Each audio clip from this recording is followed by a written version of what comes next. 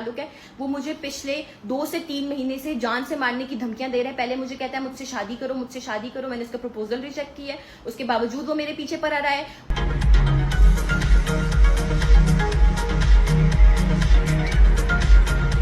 अच्छा, उसके बाद उसने क्या हरकत की, आज शाम को मेरे घर के बाहर आया, मुझे नहीं पता था, बेल बजाता रहा, मैं बाहर गई हूँ। मेरी मम्मा बीमार अंदर पड़ी हुई है, मैं नहीं जाना था, मेरा भाई घर पे नहीं था, मैं बाहर गई हूँ, मैं दरवाजा खोला है, वो मुझे मेरा मोबाइल खींच के गाड़ी में बैठ गया।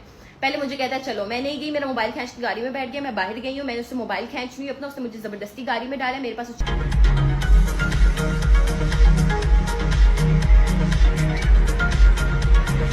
पहले मेरी एक दोस्त सना इसी रिजेक्शन की वजह से मारी जा चुकी है। ठीक है, मैं सना नहीं बनना चाहती, मैं उन लड़कियों में नहीं शामिल होना चाहती जो